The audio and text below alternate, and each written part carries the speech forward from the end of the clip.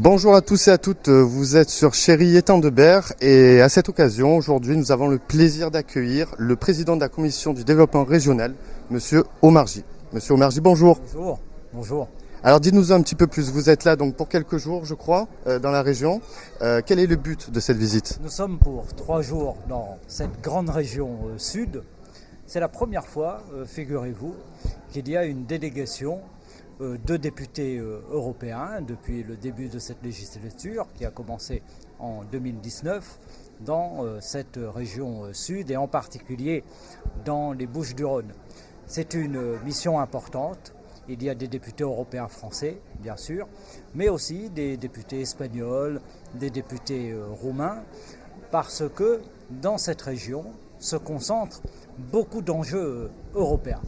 Et nous sommes ici, évidemment, pour voir comment nous pouvons au mieux accompagner les communes, accompagner la région, accompagner le monde économique également, mais aussi toutes les personnes qui travaillent ici dans les Bouches-du-Rhône, dans ce moment qui est un moment de transition d'un monde à un autre, d'un monde carboné vers un monde et une société neutre en carbone. C'est l'objectif de cette mission.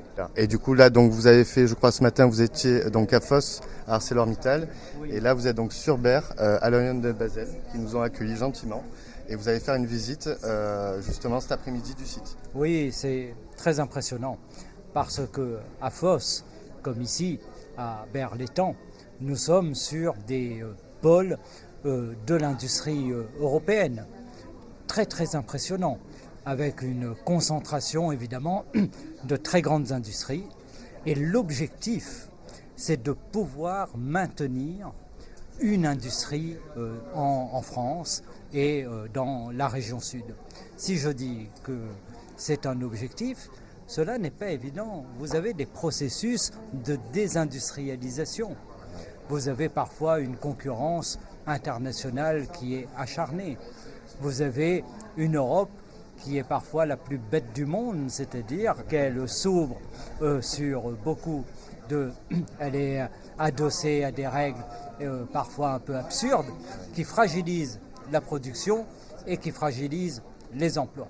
Et puis surtout, nous sommes déterminés vraiment pour faire en sorte que le plus rapidement possible, on se débarrasse des énergies fossiles et qu'on puisse avoir des sites industriels qui à la fois utilisent une énergie propre, soit émettrice de zéro CO2, et en même temps qu'il y ait le moins de nuisances possible.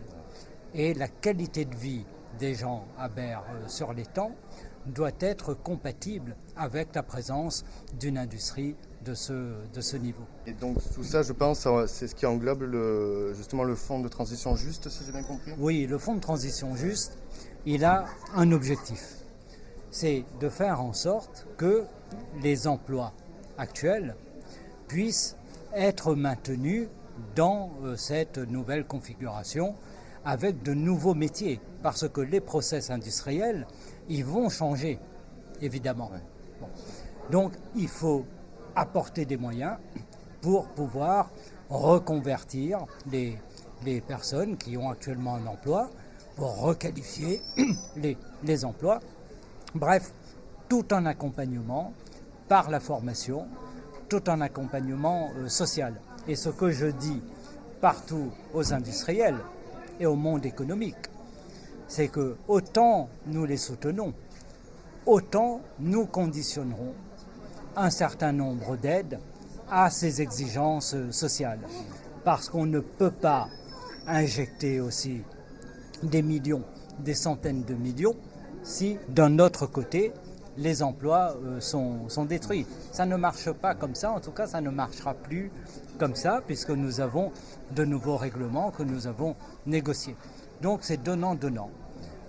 Nous accompagnons effectivement l'innovation, il se passe des choses extraordinaires ici, dans la région, avec des innovateurs de très haut niveau, mais en contrepartie, il faut évidemment que les emplois soient maintenus et que les personnes qui travaillent aujourd'hui ArcelorMittal sur des process qui ne sont pas neutres en carbone puissent aller vers les nouveaux métiers.